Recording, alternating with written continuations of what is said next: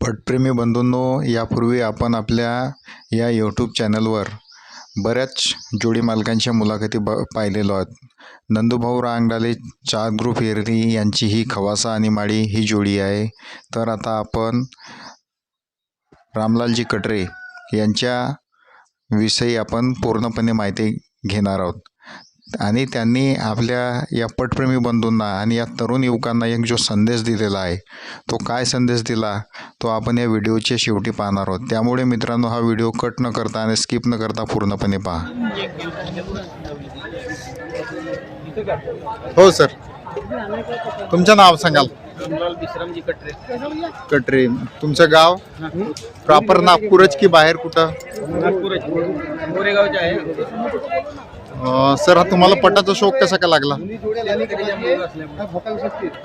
Sir, आता आपण सर्व शेतकऱ्याचेच मुलं आहोत, परंतु काहीतरी तुमच्या घरची पार्श्वभूमी असेल ना पटाची?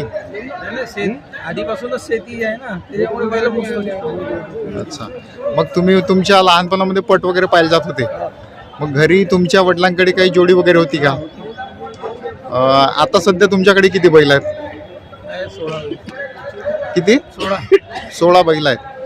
आता ह्या 16 बैलांमधून सर्वात जास्त धावणारे पहिल्या नंबरचे बैल सर्व मागं पुढं एकाच रेंजचे बैल आहेत. अच्छा, मग आता हे 16 बैलांचा मुक्काम कुठं असतो? मासल मेटाला. मग यांचा आता हे सध्या पटाचा सीझन चालू आहे, मग पावसाळ्यामध्ये वगैरे पण मग यांचा कोणता? नागपूरला राहतो. सर्व बैल नागपूरला घेऊन जाता? सर, आता आपण पाहतो की अजिम पटेल वगैरे जसं नाव चालत आहे ते मुंबईपर्यंत घेऊन जातात, तर आपले बैल वगैरे तिकडे जातात का? मग तेवढा वेळ नाही. फक्त आपण भंडारा गोंदिया 2 जिल्ह्यामध्ये. तो तुमच्या बैलांचं एक नाव चालत आहे जिल्हा चॅम्पियन, तर त्यात तो खरोखरच नावाप्रमाणे जिल्हा चॅम्पियन आहे. तर त्या बैलाबद्दल काय सांगू शकाल? काय सांगणार आहे, त्याला पड खूप आहे, धावतो खूप.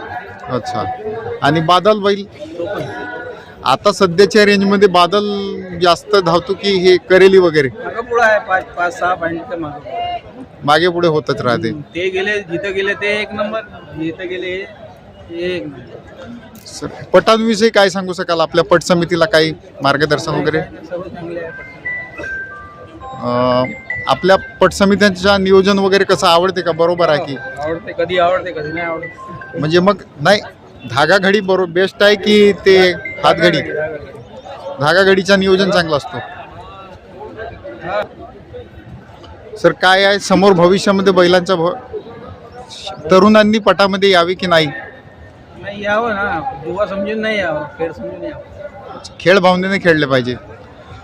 सर, काय होते की तुम्ही एवढे महागाचे बैल घेऊन आणतात, आम्ही हे होडी लावणेवालं हे मधामध्ये येत असतो, ते वाईट आहे. ते वाईट आहे. तर मग त्यांनी काय केलं पाहिजे? त्याच्यावर उपाय काय? पुढे नाही खेळले पाहिजे, उपाय दुसरं काय. बाकी अजून तुमच्या मताने काय सांगू शकाल? नाही. ठीक आहे सर, धन्यवाद.